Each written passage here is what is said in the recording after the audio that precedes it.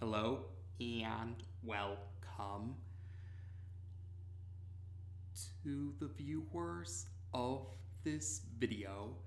This is the Orange Fan here, bringing you another entry for the episode Recap and Thoughts category. This video will be dedicated to the B segment of episode 63 of Codename Kids Next Door, Operation Mission. We begin this segment at the Kids Next Door Arctic base, and we see Number 4 is trying to convince one of the guards to release Mr. Boss, Count Spankulot, Soccer Mom, and Stickybeard under Number 4's supervision. The guard points out that Number 4 doesn't have the authority to make such a request, but Number 4 scares the guard into going along with his request by saying that the guard could always check with Number 86 if he doesn't believe Number 4, and the guard admits that he would rather not be yelled at by Number 86 again. We also see that the Toiletnator is interested in Number 4's request, and the Toiletnator keeps popping up in different cells to volunteer to join, but Number 4 has no interest in recruiting the Toiletnator. The next scene takes us to the Beatles' home, and we see Mr. Boss, Count Spankulot, Soccer Mom, and Stickybeard are all sitting at a picnic table in the backyard, and they're all drinking some soda. Number 4 tells the villains that he's released them so that they can participate on an important mission, and he promises that they will receive full pardons for their crimes against kids if they succeed at this mission.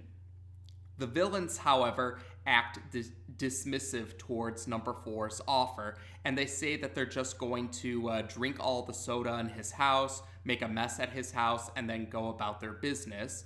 Number 4 responds that he anticipated that the villains would not cooperate willingly, and he tells them that the soda that they're drinking is poisoned. Number 4 says that now their tonsils are going to start to swell and grow in size, and he says that their tonsils will eventually explode in 2 days, 48 hours. Number 4 says that he will only give them the antidote if they succeed at this mission that he wants them to participate on, and the villains are scared into cooperating with Number 4. Suddenly, the Toiletnator emerges from the sand-filled pool in the backyard, and the Toiletnator comments that he dug his way out of the Arctic base so that he could join in on this important mission. The Toiletnator then sees some soda and he starts to drink it, so the Toiletnator will be tagging along for this particular mission. So the next scene shows us a montage of Number 4 training the villains, and after the montage ends, we see the villains are sleeping in the Beatles' home, and Number 4 abruptly wakes up the villains to continue training. Number 4 then reveals to the villains that this mission has to do with bowling, and Mr. Boss is baffled that Number 4 thought that they need to be trained, because Mr. Boss comments that Count Spankulot, Soccer Mom, Stickybeard, and himself are the best bowlers among the adult villains in the Kids Next Door's Rogues Gallery. Number 4, however, insists that the villains need to be at their very best because his dad, Sidney Beatles, has made it to the finals for this bowling tournament that's currently going on. And Number 4 also ends up admitting that every time his dad wins a bowling match or a bowling tournament, Mr. Beatles has Number 4 polish all of the trophies, and Number 4 comments about how each year the trophies keep getting bigger, so Number 4 has to spend more time polishing the trophies. And yes, we find out that Number 4 wants the villains to beat Sydney at bowling because Number 4 doesn't want to polish an even bigger bowling trophy. The villains are not impressed when they find out Number 4's motive for recruiting them for this bowling-related mission, and the villains are starting to leave, but Number 4 reminds the villains of the poisoned soda that they drank earlier, and how Number 4 is the only one with the antidote, and the only way Number 4 will be willing to give them the antidote. So the villains are once again scared into cooperating with number 4. The next scene takes us to the Pinhead Lanes bowling alley, and Mr. Boss, Count Spankulot, Soccer Mom, and Stickybeard enter a locker room, and there's another bowling team in this locker room, and they start to make fun of the 4 villains. The 4 villains waste no time in beating up the other bowling team, and they take the bowling shirts or bowling uniforms of this other bowling team. And then the bowling villain team go off to the bowling alley itself, or where the match is going to be held, the main part of the bowling alley, naturally. And Sidney greets Mr. Boss and the other villains when he sees them. Mr. Boss, Count Spankulot, Soccer Mom, and Stickybeard, however, act rather rude and antagonistic towards Sidney. Despite this, though, Sidney still says that they are, in his words, swell. And Sidney then sees number 4, and he figures number 4 is here to cheer him on. And number 4 plays along with this, but to himself, number 4 comments that his dad is going to need all the luck he can get. So, yes, next up we see a montage showing us the bowling match itself between the villain team and Sidney's team. And there's also a song that's playing during the montage, so you could say it's like a music video in some ways. And eventually, once the music video / montage ends, we get to see the scores. Yes, it's almost the end of the match, and we get to see the scores. Sidney's team has a slight lead over the villains' team, but the Toiletnator is trying to give Mr. Boss a pep talk about how Mr. Boss has to score a strike, and the villains, will have the advantage. But before Mr. Boss has the chance to actually take his turn, the 4 other Sector V operatives arrive in the bowling alley. They have been made aware of the fact that these villains have been released from the Arctic prison and intend to recapture them. The Toiletnator, however, encourages the other villains to stay and continue the bowling match. The Toiletnator says that he will be the one to hold off the kids next door until they win the bowling match. Mr. Boss actually shows sincere appreciation for the Toiletnator's actions. He actually calls the Toiletnator by his first name, Lou, and says that they appreciate it a lot. The Toiletnator then hugs Mr. Boss and says along the lines about how he'd do anything for Mr. Boss, and then Mr. Boss's mood is soured again, and so you could say that the heartwarming moment is ruined afterwards. But afterwards, the Toiletnator goes to stop the 4 other Sector V operatives, and he declares along the lines about how he will use his flushing powers to stop them. We see the lights shaking, and we can hear flushing noises, but that's it. We don't actually see the flushing powers being used in action like we did in, say, Operation Canyon, for example. But in any case, while the Toiletnator is distracting the 4 other Sector V operatives, Mr. Boss scores a strike, and the villains begin to cheer. Number 4, though, is still nervous because he says that his dad could still win the match if his dad scores either a spare or a strike. But Mr. Boss assures number 4 that Sidney won't succeed. He points out how Sidney is acting really nervous right now. So Sidney throws the bowling ball towards the pins, and most of the pins are knocked down, but only 2 pins are still up, and they're on opposite ends of each other. So yes, one pin is at the far left, and the other pin is at the far right. Those are the only pins that are still up. And yes, it's brought up that it's going to take a lot of luck on Sidney's part in order to get a spare with those particular 2 pins. And so number 4 seems more relaxed about, number 4 is now more relaxed that his dad won't win. And number 4 offers some sodas to the villains to celebrate their victory. Mr. Boss points out that that's one of the sodas that number 4 said he poisoned. Number 4 then admits that he actually lied about poisoning the sodas. yes, he just made up a lie so that the villains would cooperate with him. And naturally, the villains are not happy about this, and they start to close in on number 4.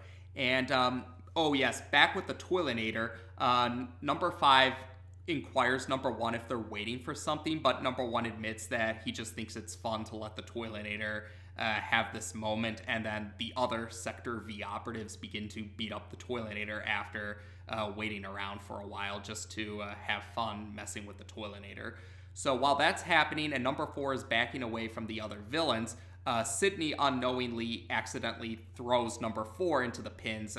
He thought number 4 was a bowling ball because he was distracted, and so he throws number 4 towards the 2 other pins. One of the pins is knocked down, but it looks like the other one is still up. But when number 4 is celebrating, he accidentally knocks down the last pin. So technically, Sydney got a spare, so Sydney's team won the match. And number 4 is horrified by this revelation. And then number 4, or yes, the other Sector V operatives notice number 4. And so the other Sector V operatives and the 4 bowling villains all surround number 4 in anger. The next scene takes us back to the Kids Next Door Arctic base, and we see that the bowling villains and the Toiletnator are back at the prison. And we also see that Sydney is visiting, and one of the guards tells Sydney that visiting hours have ended. So Sydney understands he's about to leave, but we also find out that Sydney was visiting number 4, who's in a cell because of his actions in this segment. And we see that number 4 has to polish the newest trophy that Sydney acquired from this recent bowling match. And it is a very big bowling trophy, to say the least. Back at the Pinhead's Lane, or the Pinhead Lane's bowling alley. Yes, back at the Pinhead Lane's bowling alley, we head back to the locker room where that other bowling team are still located at, and we do see the results of what happened to that bowling team after they were beaten up by the other villains. So we see the results of that beatdown, and that's how we end this segment. So there you go. This was this segment, like its sibling segment, Operation Hot Stuff, actually featured one of the Sector V operatives as an antagonist, if not the main antagonist. Yes, number 3 was the antagonist in Operation Hot Stuff, and number 4 was at least one of the antagonists in Operation Mission. Some might argue that number 4 was actually the main antagonist of the segment, considering that he was deceiving the villains that he released for his own benefit, namely the fact that he doesn't want to keep polishing his dad's trophies, which get bigger each year. So yes. So although there are several villains that appear in this segment, one could make the argument that number 4 was really the antagonist rather than any of the villains. Because, again, an antagonist and a villain aren't necessarily the same. You can have a character who's an antagonist but not a villain, or a character who's a protagonist but not a hero. Even though it's traditional that villains and antagonists usually go hand in hand, that's not always the case. Just like the tradition is hero protagonists, but not all protagonists are heroes. And yes, the tradition is having villain antagonists, but not all antagonists are villains. So that was one way you could look at this segment. Yes, number 4 could be considered the main antagonist of this segment, and some would argue the only antagonist, even though there are other villains that appear in this segment.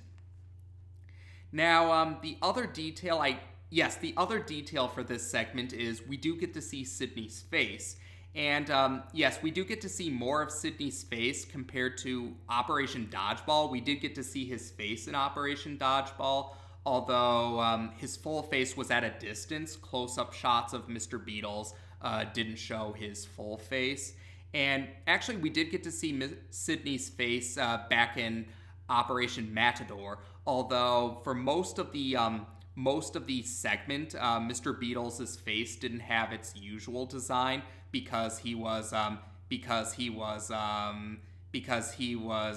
in his crazed caffeinated state for most of it and was still feeling after effects or Mr. Beatles' face was from the results of him having a caffeinated breakdown or meltdown earlier. But at the end of Operation Matador, during the end credits scene, we do get to see Sydney's face with its usual design, and that's what we got to see here. Sydney's face was shown throughout the segment when he did appear, and we did get to see his face with its usual design all the way through. So his face didn't have a different design because of other details like what happened in most of Operation Matador. And otherwise, yes, this segment did give some attention to Soccer Mom. Yes, speaking of Operation Matador, Soccer Mom does appear in this segment, and you could say she has a bit more of an important role in this segment compared to Operation Matador, being that she's actually one of the best bowlers among the adult villains in the Kids Next Door's Rogues Gallery. We also find out that Stickybeard and Count Spankulot and Mr. Boss are also the top bowlers among the adult villains of the Kids Next Door's Rogues Gallery. So that was pretty cool. And actually thinking back to season 1, Stickybeard did comment that he occasionally had bowling nights. And actually in Operation Flush, yes, the Toiletnator mentioned that Mr. Boss hosted bowling nights too, because the Toiletnator wanted to join in on Mr. Boss's bowling nights. So that was actually a pretty cool detail, or that's cool how they tied in those past details. Mr. Boss and Stickybeard in particular were associated with bowling before in some way, and we got to see them bowling in this segment. And speaking of the Toiletnator, yes, it was pretty funny how the Toiletnator actually managed to escape the Arctic prison despite his usual position as the joke villain or the harmless villain of the Rogues Gallery. And even earlier, we saw the Toiletnator manage to keep popping up in different cells. It's pretty funny how the joke villain or the harmless villain of the Rogues Gallery actually managed to get out of the Arctic base is prison rather easily, or I did think that was pretty amusing. And otherwise, oh, that's right, yes, with the Toiletnator, this was another heartwarming moment for the Toiletnator. Back in Operation Movie, the Toiletnator actually did receive some respect from his fellow villains for the idea he came up with during the secret adult meeting. And yes, the secret adult villain meeting in Operation Movie. And in this segment, the Toiletnator's willingness to distract the rest of the Sector V operatives while the other villains bowl, and Mr. Boss showing a genuine appreciation for that was pretty heartwarming. The moment got ruined afterwards when the Toiletnator said he would do anything for Mr. Boss and hugging him to the point where Mr. Boss got annoyed. So you could say the moment was ruined afterwards, but it was still a heartwarming moment all the same. And otherwise, yes, I noticed how some of Sydney's bowling teammates were some of the dads who were also trapped and force-fed coffee or caffeine during Operation Matador. So that kind of does tie into Sydney's comments about how these dads were tricked into getting roped into those bully matches or bully fights. So I thought that was a small detail, but it was still a nice detail to kind of show us a little bit of one of the Sector V operatives' parents' lives outside of work and outside of the family. Like I said, it was a small detail, but it was appreciated all the same. And otherwise, yeah, that might be about it. So, like I said, I thought it was interesting how both segments of Operation 63 featured Sector V operatives as the antagonists, similar to how Operation Lockdown featured most of the Sector V operatives as antagonists, thanks to Count Spankulot's actions. And it was nice to see more of Sydney and some of his friends, and it was pretty cool to see some of the adult villains gather together for bowling, or that's pretty heartwarming in its own villainous kind of way too. And otherwise, yeah, I would say that's about it. So as of this video, we've now discussed the B segment of episode 63 of Codename Kids Next Door on this channel. Take care, and until next time.